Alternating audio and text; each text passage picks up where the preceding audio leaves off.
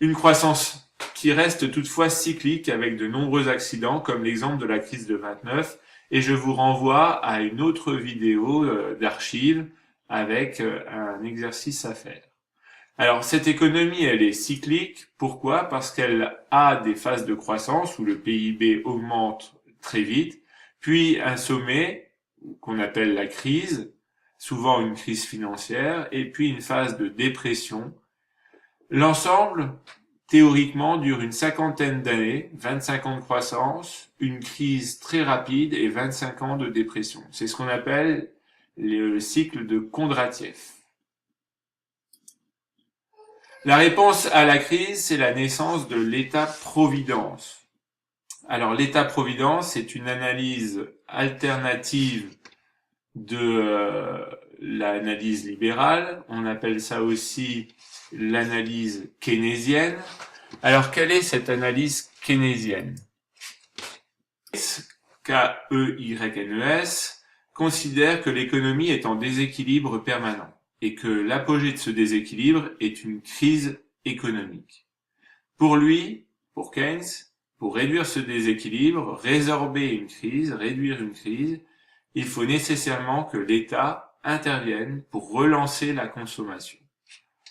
Alors, comment il fait ou comment il imagine l'intervention de l'État? De deux façons. Soit l'État intervient dans la construction d'infrastructures, une politique de grands travaux, donc pour redonner de l'emploi aux chômeurs, soit il baisse les impôts, il baisse les taxes et il augmente les allocations. L'objectif là est d'augmenter les revenus des consommateurs pour augmenter la consommation. L'augmentation de la consommation va permettre l'augmentation de la production et l'augmentation de la production va permettre de résorber le chômage. Alors, quelle est la conséquence de cette théorie? C'est qu'au départ, l'État doit accepter d'augmenter ses dépenses et donc d'aggraver son déficit budgétaire. Mais dans la théorie de Keynes, l'ensemble des actions de l'État, l'augmentation des revenus, l'augmentation de la consommation, l'augmentation de la production, vont permettre d'augmenter les recettes fiscales et donc, durablement ensuite, réduire le déficit budgétaire.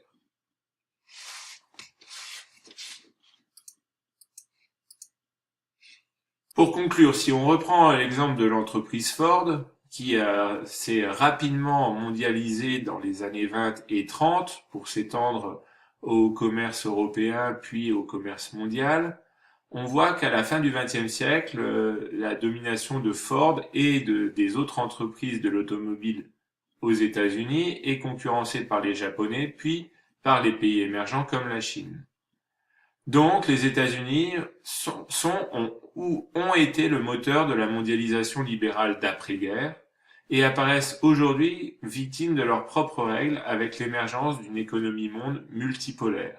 Et l'élection de Donald Trump est une réaction à cette remise en cause de la domination américaine et sur les règles de libre-échange.